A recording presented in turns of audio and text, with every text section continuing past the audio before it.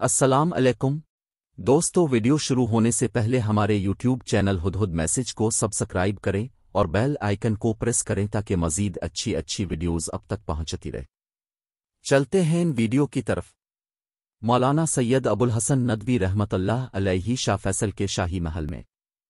मौलाना सैयद अबुल हसन नदवी रहमतुल्लाह अलैहि जब शाह फैसल मरहूम की दावत पर शाही महल के कमरा मुलाकात में दाखिल हुए तो बहुत देर तक इसकी छत और दुरू दीवार की तरफ हैरत और इस्तेजाब के साथ देखते रहे।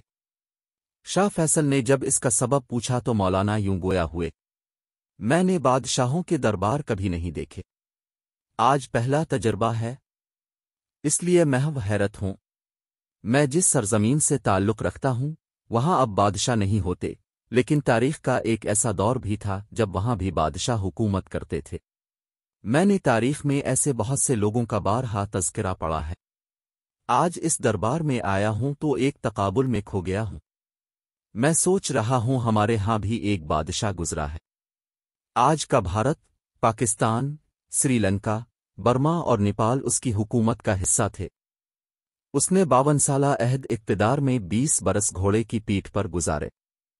इसके दौर में मुसलमान आज़ाद थे, खुशहाल थे, उनके लिए आसानियां थीं, लेकिन बादशाह का हाल ये था वो पैबंद लगे कपड़े पहनता, वो कुरान मजीद की किताबत करके और टोपियां बनाकर गुजर बिसर करता, रात भर अपने परवरदिगार के हुजूर में खड़ा रहता, इसके दरबार में अपने आंसुओं का नजराना पेश करता।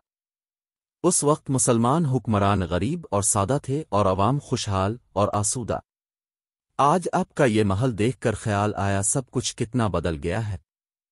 आज हमारे बादशाह खुशहाल हैं और बड़े बड़े महल्लात में रहते हैं, और दूसरी तरफ मुसलमानों का ये हाल है कि वो फ़लस्तीन में बेघर हैं, कश्मीर में इनका लहू अर्जा है, वस्ती एशिया में वो अपनी शनाख्त से महरूम हैं। आज मैंने आपके महल में कदम रखा तो इस तकाबुल में खो गया। जब मौलाना सैयद अबुल हसन नदवी रहमतुल्लाह अलैहि खामोश हुए तो शाह फैसल का चेहरा आंसुओं से तर हो चुका था। अब उनकी बारी थी। पहले इनके आंसू निकले, वो अब दीदा हुए और फिर हिचकी बंध गई। इसके बाद वो ज़ारो कतार रोने लगे।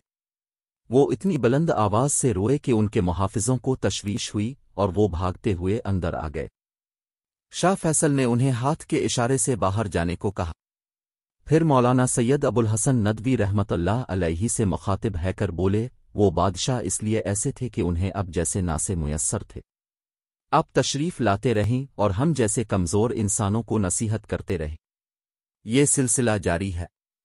मज़ीद अच्छी वीडियोज़ के लिए हमारे यूट्यूब चैनल हुदहुद मैसेज को सब्सक्राइब करें और बेल आइकन को प्रेस करें। जज़ाक अल्लाह।